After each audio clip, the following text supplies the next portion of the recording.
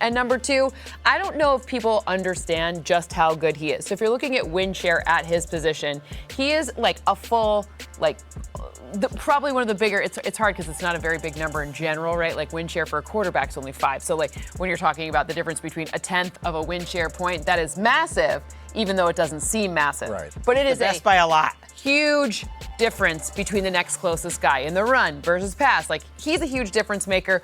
We just love Fred Warner here. And, it stinks that there's so many injuries in this game, but I love watching Fred Warner. Doesn't matter. Right. For all the injuries that the 49ers have, and it sounds like George Kittle also probably out of this game, they still have great players like Trent Williams and Brandon Ayuk and Brock Purdy. But how about the role players like Jauan Jennings stepping up? You talk about seizing the moment. Who grabbed Jauan Jennings off the waiver wire this week? It was me, and I think he's going to have the best month of his career. There's a reason why they gave Jauan Jennings a big contract this offseason. Yes, he does all the dirty work in the blocking game, but he's a very talented catcher of the football over the middle where Brock Purdy likes to throw the ball. They have great chemistry from their 3 years together, and I think he's going to have a big target share. Brandon Ayuk is really not quite himself yet.